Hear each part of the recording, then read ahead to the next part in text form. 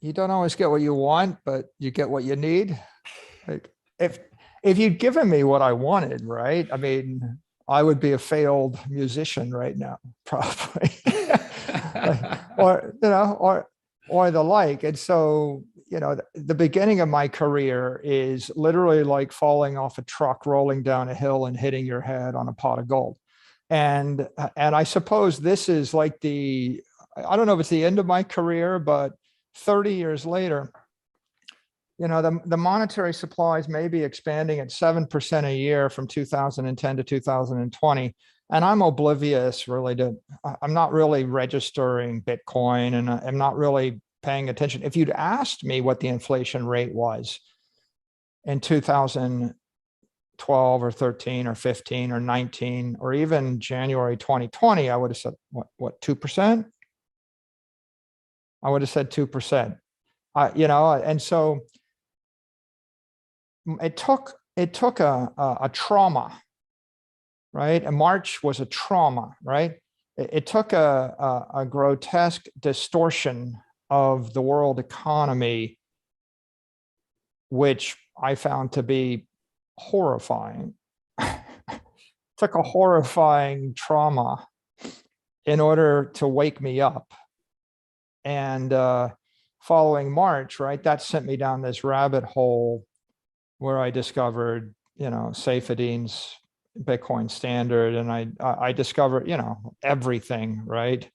Everything about digital assets. And I started, that caused me to think more deeply about the theory of money, the theory of property, the theory of investment, the political theory, economic theory. And I did something which I think most people still haven't done yet. I mean, most of the mainstream investors, they've thought a lot about digital transformation of products. A lot of focus. If you went back a decade, people were kind of oblivious to digital music, digital books, digital cameras, digital whatever.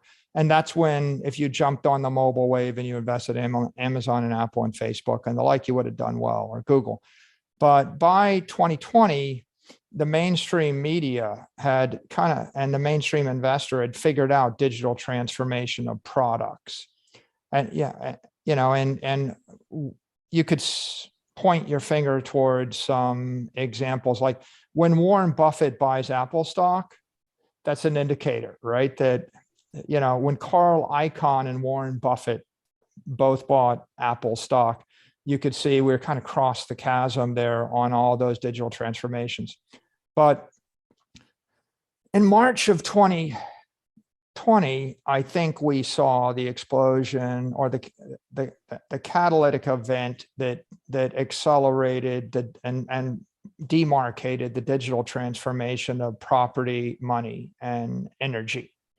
And I think that those ideas, the digital transformation of assets, the digital transformation of energy, the digital transformation of property, I think those are all just so kind of profound and esoteric that none of the mainstream investors have yet grasped them. 2%, 3% have, and the majority have not. And I feel like they're kind of back to where they were in 2008, trying to figure out the iPhone or the implication of Google or Facebook or something. And it's like another decade for people to get this idea that, a digital hotel is better than a hotel, or digital energy is better than analog energy.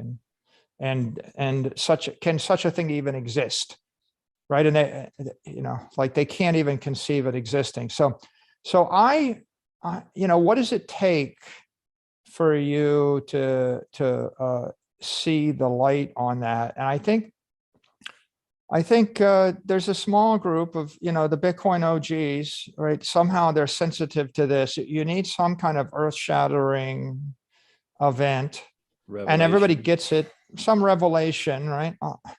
On the road to Damascus, there's a revelation, but everybody travels that road at a different point in their life, and some people never travel it, right? There's some people that, for whatever reason, they never really have that recognition or that transformational event.